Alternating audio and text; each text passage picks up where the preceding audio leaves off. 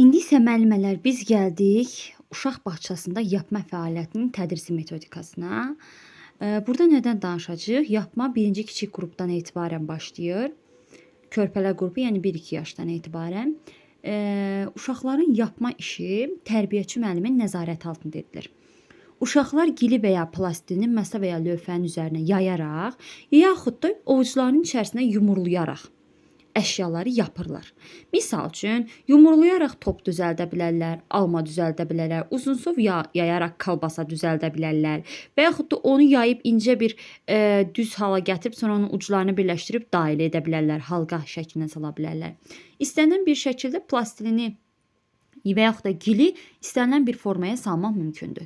Yapma zamanı vacib məqamlar həm əyanlik, həm də izahdır. Ona görə də tərbiyəçi müəllim hər addımı səsləndirir. Yəni, gil parçasının bir ovucuna qoyuram, sonra digər əlimin ovucunun üzərinə qoyuram, yuxarı aşağı dığarlayıram, kalbasa forması alınır. Və yaxud da deyək ki, iki ovucumuzun arasına qoyuruq, dairəvi hərəkətlər eləyirik, bu da top alınır.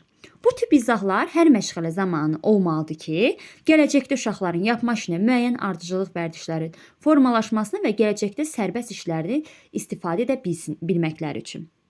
Və yapma, belə deyim də, maraq ondan irəli gəlir ki, yapılmış əşyaları belə deyim də, oynamaq olur. Hər hansısa bir yapılmış əşya ilə, məsələn, maşın düzəldirik. Məsələn, top düzəldirik. İstənilən bir şeyi oynatmaq olur onu. Yəni, birinci kiçik qrupda yapma işi heç bir süjet xətti olmayan əşyavi xarakter daşıyan fəaliyyətdir. Yəni, uşaqlar ayrı-ayrı əşyalar yapılır və maksimum 2-3 əşya yapmaq olar, çox yapmaq olmaz. Belə məşğələlərin bütün qrupda keçirmə müddəti 10-12 dəqiqədir. Uşaqlar əl işləri stenddə yerləşdirilir, bir müddət orada qalır, vaxtaşırı həmin işlərin təhlilini apara bilirlər. Və ikinci qrupda yapma nə cür olur? Bu qrupda müəyyən bilik və bacarıqlara əsaslanır, ona sahib olanlardır. Onların bəzi materiallardan tanışdılar, bilirlər ki, gildən yapma etmək mümkündür. Silindir, dairə, diskli yapma sadə üsullarından biridir. Buna baxmayaraq da onlarda barmaq hərəkətləri formasının alınması arasında əlaqəsi yoxdur. Yapma zamanı gigiyenik qaydalara qaydalar tam bərkiməyib. Buna görə də ikinci kiçik qrupda yapma zamanı əldə edilmiş bilik və bacarıqlar bu qrupda möhkəmlənir. Yapma fəaliyyəti uğurlu olması üçün müəllim hansı metod seçməsindən asılıdır. Misal üçün, tərbiyəçi müəllim uşaqlara birgə toplayır, meyvələri, qələmləri və digər əşyalarla tanış əşyaları incələyirlər. Bu zaman uşaqların həm əşyaları əlində tutmağı, formanı, həcmini hiss etməyi vacibdir.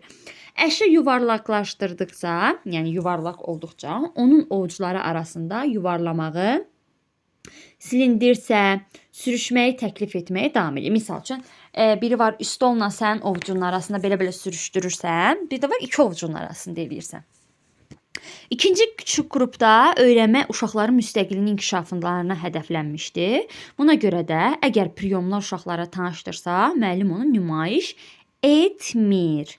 Fəaliyyətin nəticələr o zaman olur ki, tərbiyəçi müəllim uşaqlarda yapma işlə maraq oyadır.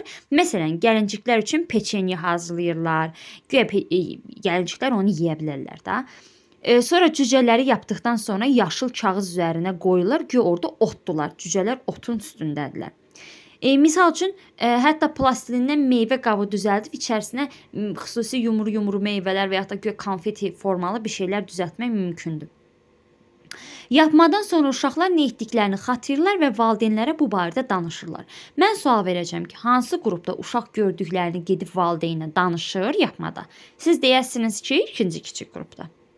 Sonra orta qrupda yapmada nə cür olur? Burada proqramın uğurlu keçməyindən ötürü müəllim bir çox priyomlardan istifadə edir. Yəni, hansı ki, uşağın deyək ki, ətrafa diqqətinizi yetirin. Görün, ətrafda nə görürsünüz? Misal üçün, pişiyin südün içməyini, quşun dəni necə yeməyini, başı necə aşağı salıb dəni yeyir. Göbələk hansı hissələrdən ibarətdir? Bu kimi, yəni deyir ki, ətrafa göz yetirin. Misal üçün, deyir, quş dəni başını aşağı salıb yığır, sonra yeyir. Su içərkən aşağı əlir, onun suyu udarkən belə başını yuxarı eləyir. Bu kimi Ətraf aləmin belə deyim də dərk etdirməkdən ötürü və əşyaları izləməkdən ötürü uşaqları sövq eləyir müəllim. Uşaqların düzəltdiyi əşyaların quruluşunu yadda saxlamaları üçün müəllim hissələri göstərərək izah edir. Baş harda yerləşir, bədən, qənətləri harda olur. Uşaqlar da bunu təkrarlayırlar. Uşaqlar formaya nisbətləri haqqında ümumi fikir formalaşdırırlar. Yapmanın ilkin mərhələlərində yapma üsulunun aydın olması üçün müəllim əşyanı vizual təhlil eləyir, digər tanış əşyaları müqayisə eləyir. Məsələn, uşaqlar gəlincik yapanda onun qollarını çubuğa, bədəni isə kökə bənzədiyini qeyd edir.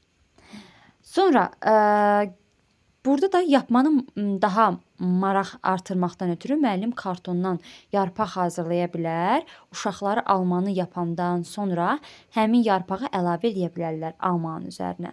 Görürsünüz ki, burada fərqli-fərqli yapma eləyiblər. Və böyük qrupda yapma. Böyük qrupda yapma bu yaş dövründə bilək sümüklərin bərkiməsi prosesi başlayır. Kiçik böyük əzəllər bərkiyir. Buna görə də gil və ya daha çətin manipulyasiyalardan edilməsi mümkün olur. Vizual obrazların formalaşmasına görə böyük qrupun uşaqları orta qrupun uşaqlarına nisbətən obyektləri dinamikada yapırlar. Lakin bu hərəkətlər əvvəlcədən düşünülmür, mexaniki verilir. Məsələn, uşaq it yapır və təsadüfən ayaqları aralı olur və bu qaçan it xatırladır. Tərbiyəçi müəllim itin nə etdiyini soruşanda uşaq itin yiyəsinin arxasınca qaçdığını deyir. Təsəvvür formalaşdırırlar da, misal üçün ayağını düzəldəndə aralı qoyur ki, it qaçırmış kimi. Belə bir şey. Sonra bunu daha dəqiqli, ətraflı şəkildə böyük qrupda yapma üsulu belə deyim də demək olar ki, tam göstərilmir. Çünki uşaqlar artıq bütün üsullarla tanışdılar. Lakin tanış olmayan üsullar varsa, onlar göstərilə bilər. Məktəbə hazırlıq qrupunda yapma isə, məktəbə hazırlıq qrupunda əl işləri daha maraqlı və ədəbi olur. Çünki onların vizual obrazları daha çoxdur. Azad mövzuların yapma işi uşaqların özləri mövzu seçməyə öyrənirlər. Bəzən müəllimlər öz istiqamətləndirir. Yəni onları özü istiqamətləndirir. Hansısa nağıldan bir qəhrəmanın yapmağı göstərə bilər. Misal üçün qırmızı papağı falan belə bir şeyləri yapa bilərlər uşaqlar təsəvvüründə genişləndirərək. Uşaqlar üçün insan yapmaq çətindir bu məktəbə hazırlıq qrupunda. Bunun üçün gəzinti zamanı uşaqlar bir-birini izləyirlər.